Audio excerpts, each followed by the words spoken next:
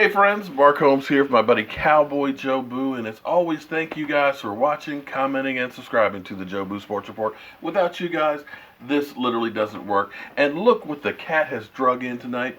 We have my man E2Blu. What's going on, y'all? What's going on? How y'all Man, doing? I was not expecting the microphone right there. Was not expecting to have my man over here, but he is here with me, and we are sitting here close to training camp, the day after tomorrow. How you feel about our team, man? Well, I was speaking about this on my channel, and I'm hella excited about the battles that's gonna happen in training camp this year. All the guys. I mean, do you look at this defensive line that we have right now? Yeah, we have a couple injuries at defensive tackle, but these ends, I want to see who makes this team. These coaching staff is gonna have a hard time trying to select the 53. Yeah, because well, I mean, we have a lot of talent on this team right now that's trying to get in, and I'm even looking at some of these undrafted players that might could step up and do something too. Well, we know Malik Collins is going to start the training camp on the injured reserve. Or excuse me, not injured reserve. Let me correct that, on the PUP list. Physically unable to perform. Right, and hopefully within, say, maybe about 3 weeks or towards the end of training camp, he likes to get back on the field. You look at what he did as a rookie, he is a big piece that would definitely help our defensive line in the middle. I've always been concerned about the middle. You know, I was a nose tackle or nose guard back in my day, and I always believed that you got to take care of the middle, and that might just be my own bias. But what is the biggest battle you see in training camp? Now, see, personally, I love the fact that we have guys that are fighting for positions. There's nothing that bothers me more in when a guy knows, hey, I'm the starter, so I don't have to practice. Well, that's the glory about this year is the fact that nobody is safe. Not even the quarterback position is safe at this point. We know Dak is a starter, but again, anything can happen. Nobody is safe, and Dez Bryant being released is definitely Stephen Jones ain't playing. He's letting y'all know right now that I will get rid of anybody. Any cost, it doesn't matter.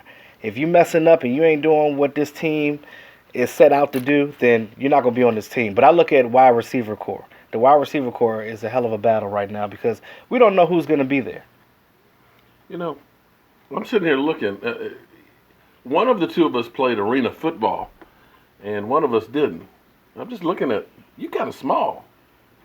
Well, I lost weight since I played, obviously, but.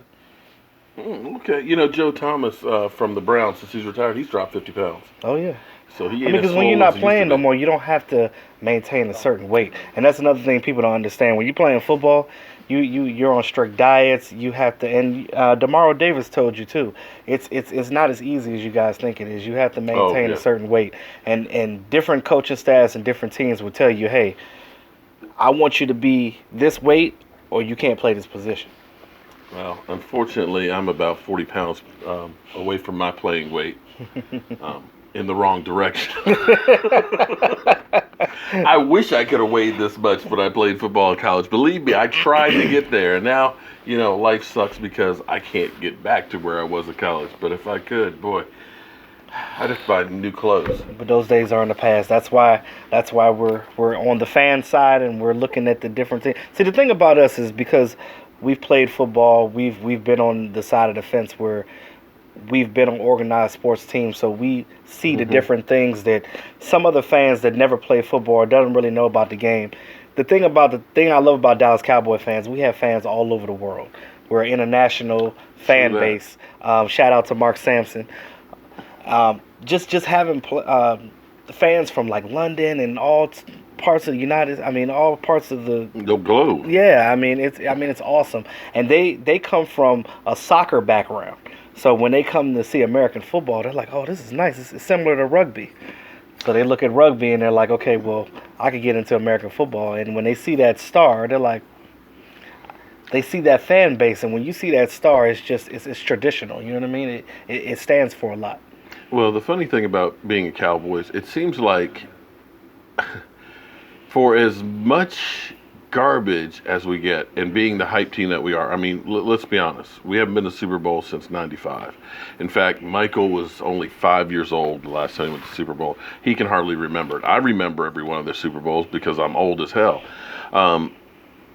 But when you think about the Cowboys and how everything is about the Cowboys, and it seems like they get dissed more than anybody else. I mean, I'm just how in the world do they mess up with Tyrone Crawford in Madden? That's not. I mean, he looked like me, dude. Okay, no. The way they made his stomach, like I think you were mentioning he looked before. like Albert Haynesworth's No, body. he looked like the bit emoji on swole, like on the fattest level you could put your bit emoji. That's what he looks like. And did you see his tweet? He was pissed. He was pissed. I would be too. He was like, "Yo, we need to talk about this." In fact, I need to pull up the picture because I've got a picture of him and I standing side by side, and I look like the one swole. I don't know how. See, this is what I understand is how they get this wrong. He's not a rookie. No. When you first get into the league as a rookie, especially when they mocap you, so they put all the little things on you to get your body right, to get your facial structure. That's how they're supposed to do it for the video game to get everybody right. Once they have the template for you as a player, they use that for the next season. Now, if things change about you, say if you grew your hair out or you cut your hair, they'll change that the next season, but they have your template. Mm-hmm. This ain't Tyrone Crawford rookie year, so that's why I just thought it was hilarious, the fact that somebody did that on purpose. Somebody, like I said, that was just he must have made somebody mad at EA Sports, because there's no way. But to me, it's so funny because this past week, I really feel like ESPN and those news organizations are becoming, kind of more YouTube-ish and looking for the clickbait. Yeah. Because, you hear the Cowboys have, the 30th arsenal on offense if you take out the quarterback and the offensive line. Okay, well, why would you take out the quarterback and the offensive line? But you're telling me that they're worse than the Browns and the Jets and all these teams. It's like, wait a minute, come on. You're seeing like these preseason rankings where they have 22nd, and it's like they were 9-7 last year, 13-3 the year before. It's the hate, man. That's it's just like, how do you? So then today, you get the totally opposite thing. So now they're talking about the overrated teams, and they have the Cowboys as the 6th most overrated team. How are you going to be overrated? And so I'm like, they're saying basically we are the Cleveland Browns. We should be 0-16. With the talent that we have on this team right now. Here's the thing that's funny. When have we ever been 0-16? I'm just pointing out. And if we were, it's probably like what? I'm just pointing out that they say that the Cowboys are overhyped. And I'm like, who's hyping the Cowboys? In the 70s, after the 71? After it was 60 when we went 0-16. Okay, yeah. When we first became in existence, like in the 60s. No, it wasn't 16 games. They didn't have 16 games. Well, we had 13 games back then? No, 14. 14, yeah. But so I'm sitting here looking at that most overhyped team, and I'm like, what? Because a lot of people figure that we're going to be 3rd or 4th in our division. And that's what I talked about today, the Giants. Have you seen the Giants schedule? Yeah. That first 8 games, I'm looking at it, I'm like, so you think they're going to be 11-5? Right. I'm looking at that like Falcons, Panthers, Eagles twice, and I was just like Jaguars. I saw that they projected them 11-5 because of Saquon Barkley. And but here's what's funny, because people always tell me you're not credible. Okay, I know. I don't go to work for ESPN or NFL Network and things like. I know I'm just Joe the fan out here. I'm not like Ian Rappaport or Adam Schefter that's got a whole crew of people and stuff working on it. But you're definitely becoming popular, though. That's one thing. Popular with the trolls. Yeah, I guess people love to hate me, but I'm sitting there reading this article because they're saying, and no, Earl Thomas won't come because the Cowboys have no money to.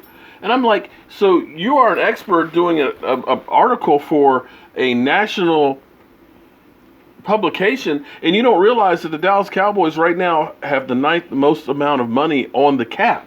Because they don't know. We got $14.5 million, which speculation. So if you want to sign Earl Thomas, he's looking at $13 a year, and the way the Cowboys sign their contracts, like I pointed out before, everybody keeps saying, you can't sign Earl Thomas, we don't have money for it. You got to sign Zach Martin. I said, listen, the Dallas Cowboys, when they sign a contract for somebody, that first year is a smaller deal. Yeah.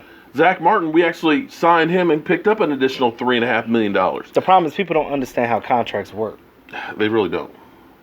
Now, if you paid any type of mortgages or car notes, you can understand it because when they the phrase that you say, kicking the can down the road, when they allocate more money to get right now, it's like a mortgage or an interest rate. You're basically taking that money, lessening what you have to pay. You still got to pay it, but it pushes it to a later date. Right. And that's what people don't understand. So when you keep doing that, that's how you get in cap hell. That's how we got into that Tony Romo stuff and Well, the that Cedric stuff Thornton. went back to Jay Ratcliffe and Marion Barber. When Jay Ratliff, Miles that Austin. whole him tearing muscle off the bone like that, the way that he departed was real wonky. Yeah.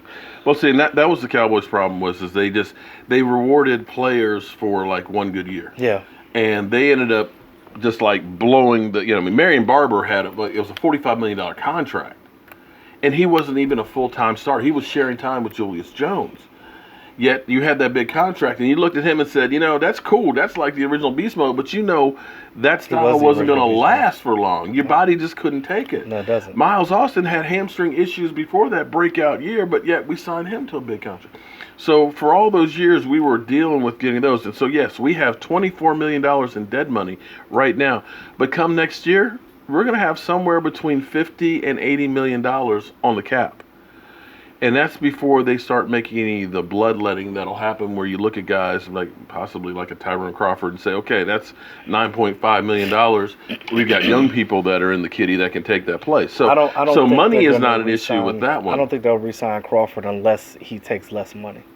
Yeah, that's possibly kind of like Doug Free. Yeah. Yeah, because, unfortunately, NFL, we all think that NFL is, oh man, it's the greatest thing in the world. But talking with DeMario and Ainsley Battles, It's cutthroat. It really is. I mean, they're talking about microphones in the locker room, so they're listening to everything that you're saying.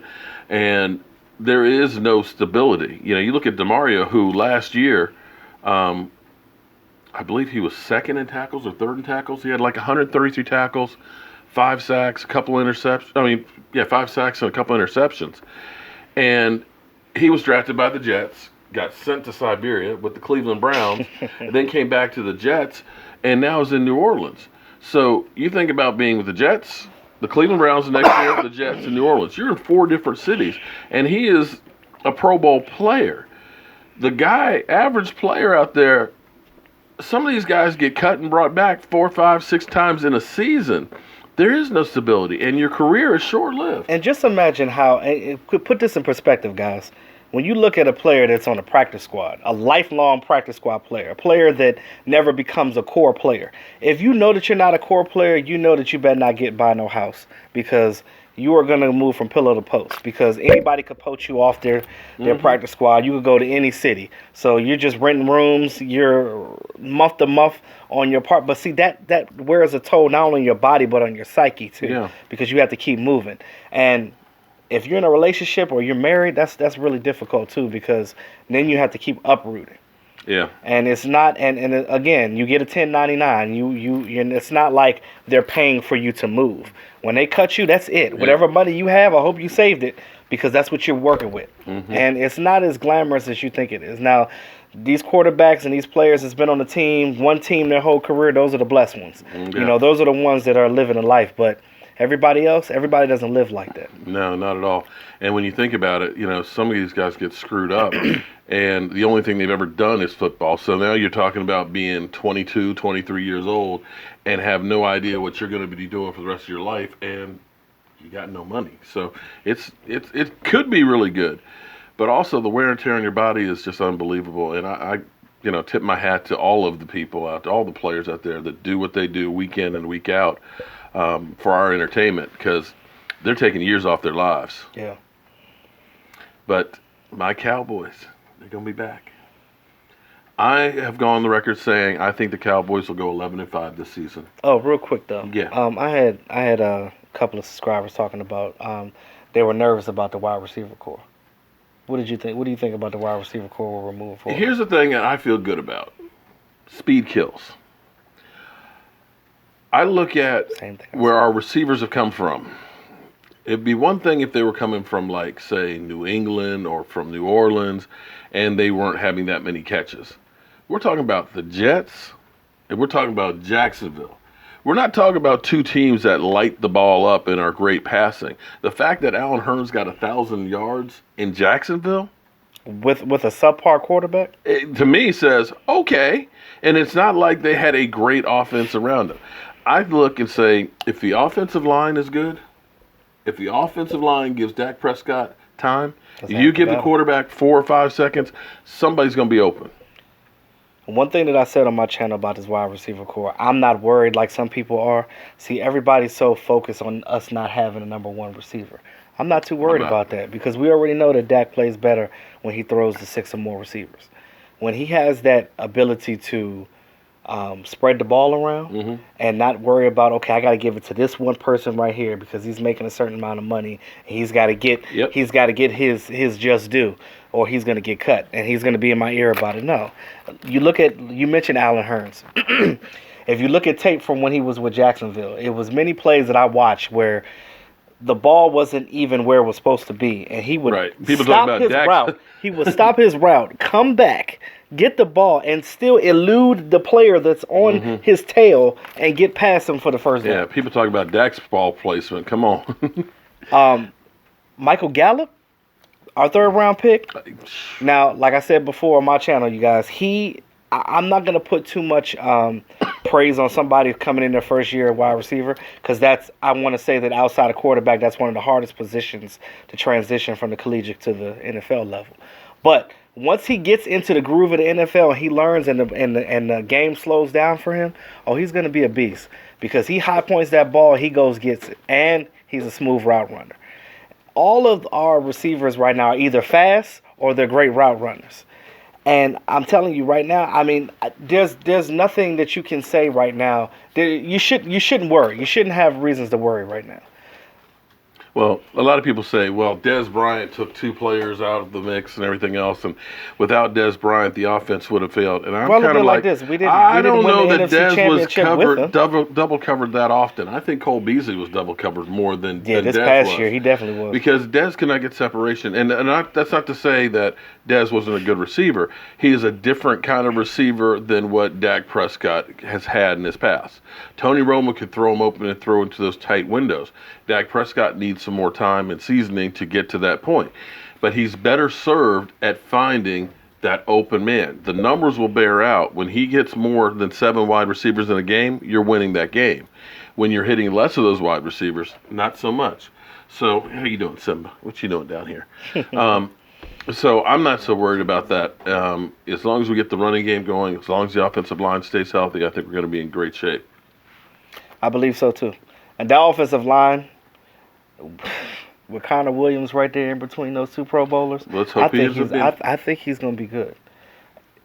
Anytime our coaching staff says, he's going to be the starter and it's his job to lose, they got confidence in him. They already know what he can do. They know something that we don't know. Like you said, we're not inside these walls. We don't see what's going on every day. I wish I would be inside these walls. Jerry, if you want me inside those walls, have your people call my people. Oh, I forgot. Have your people call me. I don't have any people. It's just me. Because I'd love to be inside the walls there and working with the Cowboys. Any final thoughts that you have? I just want to say training camp coming up this week, y'all. It's going to be a lot of battles. Get ready for it. Let's just pray that we come away with not that many injuries because we know that something's going to happen. But let's just hope that there's nothing detrimental to the team. But I'm just excited to see what these players can do out here on this field. I want to see these wide receivers, and I want to see these DBs. All right. So, everybody, E2Blu, and make sure that you check out his channel and subscribe because, guys, it's football season now. You want to make sure you get all your news. I may not be the taste that you like, the flavor and all that, but I guarantee you there's somebody out there that you can definitely enjoy. So we're gearing up for the season. We're going to be doing all kinds of stuff here in the Man Cave. We're going to be having Cowboys on deck. I hope to get E2Blu out here with my man DMV Dallas Cowboys and Foots and Michael Anthony and sitting out there chilling with a little mojo punch. Well, y'all going to see a lot of me because I'm going to be over here that's a lot right. in the season. And talking about the Dallas Cowboys hopefully making a run for the 2018 season. I'm Mark Holmes with my buddy E2Blu, and I will see you guys at the live stream at 9 o'clock Eastern. Peace out.